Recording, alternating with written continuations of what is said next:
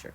So you're going to practice some things in Alex, and the first problem that I want to look at asks us a question like, what are the coordinates at the park? And so if I want to know where the park is here, I am going to travel over to 7, and I'm going to go up 8. So the X number comes first, and then the Y number comes second. And so I have this 7 for the X and 8 for the Y. If I want to know where the post office is, then I will go over 4 and up 6. So I would list 4 and 6. Notice that I'm just giving directions. How far do I go to the right? And then how far do I go up? If I wanted to go to the bank, I would go to 7 and then up 4. 1, 2, 3, 4. See, I can look over here at the scale, or I can look over there. And that would be 7, 4. And the school, I would go over 3. So the X number is 3. But notice I don't go up or down, so that Y number would be a 0. So depending on which one they ask me for, I can give those points. All right, then I have something that wants me to use a pencil and plot the point 3, 6, which just means I start here and then I go over 3 to this, and then I go up 6. 1, 2, 3, 4, 5, 6, and put that dot. So notice it's very two-dimensional. I go over 3 and then I go up 6. And that's where I get this point 3, 6. So I can plot points just like that. It says give the location of London as an ordered pair. So if I'm looking at London here, I notice that it has gone this direction, -8, and then it has gone up 8 more. So I would list this as -8 because that gives me my left and right, and then +8 because that gives me my up or down. So negatives go to the left and positives go up. So I would list this point, and that would be like directions on this graph how to get to the point that's labeled London. I think this is the same one we may have done before. Anyway, it says plot the point 3 and -3. We can do it. 1, 2, 3. This is always left and right. And then -3 means go down 1, 2, 3. And notice that you can see that -3 right there. So this would be the point 3, -3. The most important thing is do X first. That's left or right. From there, do Y next. That's up and down. Positive and negatives will tell you left or right or up or down. All right, here's a word problem. The fare charges an admission fee of $3 for each person. So we're going to have to multiply 3 times each person, right, to find out how much money it's going to cost. We may have done one pretty much like this in the last lesson, but this time we're going to graph it. Let C be the cost of admission in dollars for P people. Write an equation. So I'm going to have something like this: 3P equals C. And so I'm going to take $3 times the number of people, and that's going to give me my cost. Now notice in this case, we used P and C instead of X and Y. So P is going to be the same as X, and C is going to be the same as Y. Okay, they've actually put that on your graph, so you can see that there. So here's my equation, 3P equals C, and it says graph it. So I need some values here to graph.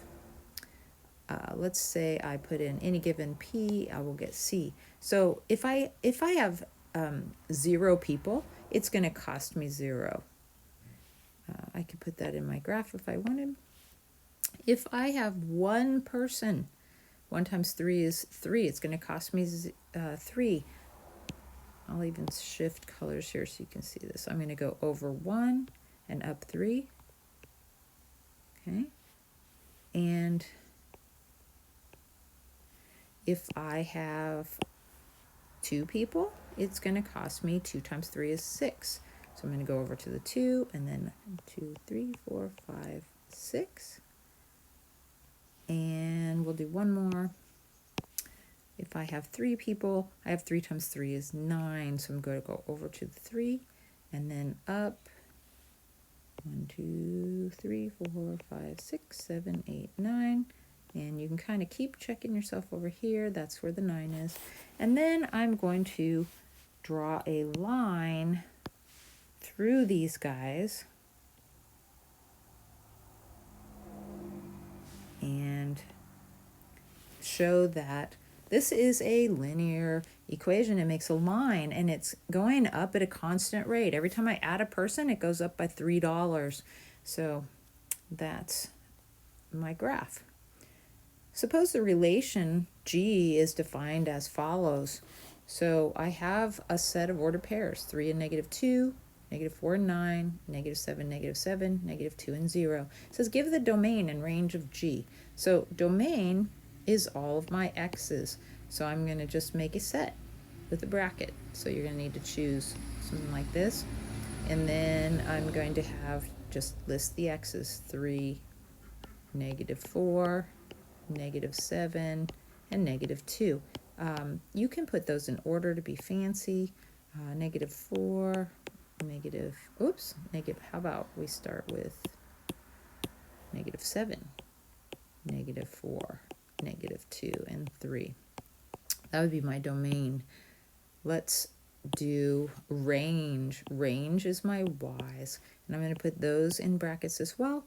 I have -2, 9, -7, and 0. Maybe I want to put those in order. So -7, -2, 0, and 9. Just make sure you don't leave any out when you try to sort them like that.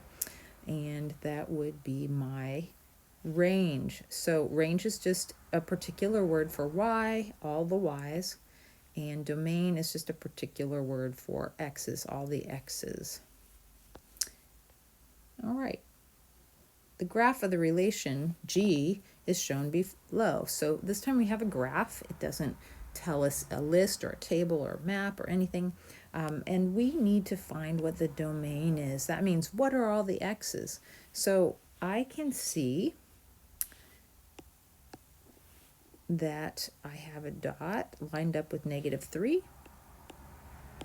I can see that I have a dot down below lined up with 0. I can see that I have a dot lined up with the 2 and a dot lined up with the 4. And so those are all my x's. I didn't even really pay attention to the y's. I just looked at the up and downs like this.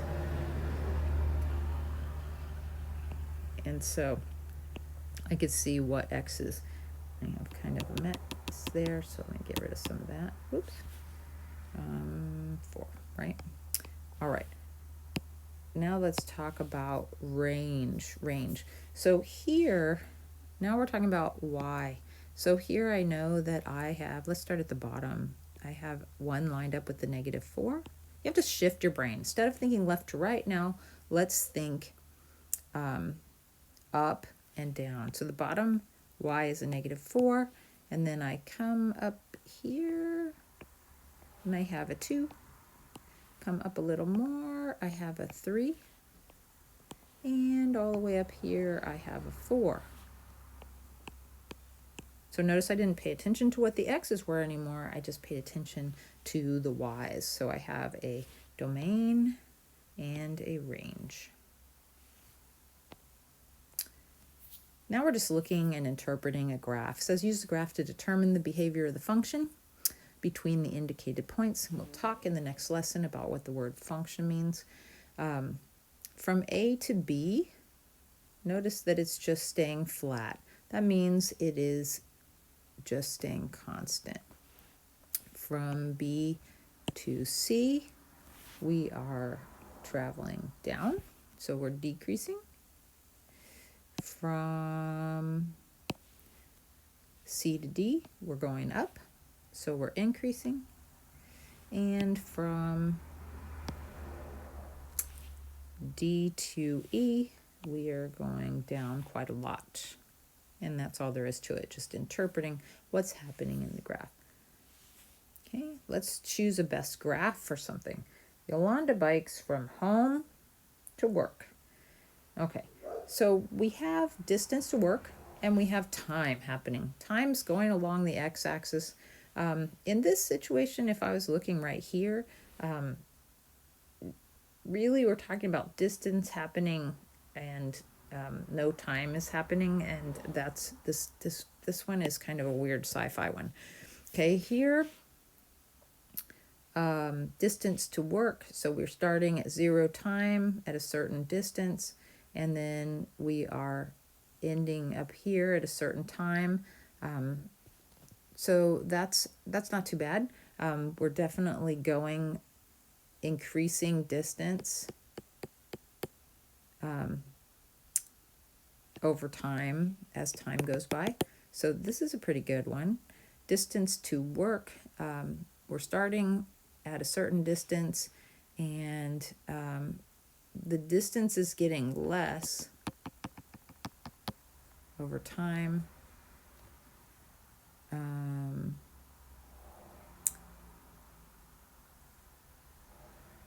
Interesting. In some ways it could be this one as well.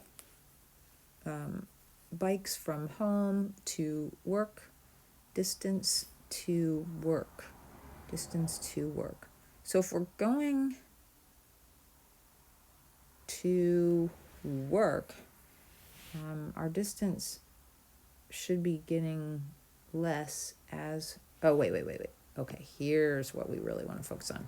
Home to work. So as we go from home to work, we have gone further. I'm going to stay with this one. Over here, Yolanda's distance to work, time is going by, but she is just sitting still. So unless this is COVID, which maybe, she is just not covering any distance at all to bike.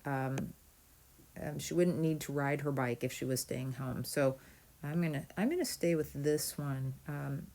I think it's slightly confusing that we could try to figure out whether the distance is going up or down as we talk about getting closer to work or further from home. But that makes sense to me. Okay, a plane speeds up before takeoff. So as time is going by, as time goes by, it's speeding up. So this one kind of makes sense to me. Here, no time is going by at all. We are just speeding up. Like, that's just weird. Here, time is going by, but we're going down. That would be speed going down. And here, time is going by, but the plane is holding steady. So that is not it. This would make sense to me. All right. So you give it a shot. Lesson 1-6. Do your practice in Alex. See how it goes. And we will see you in class. Or send me a question.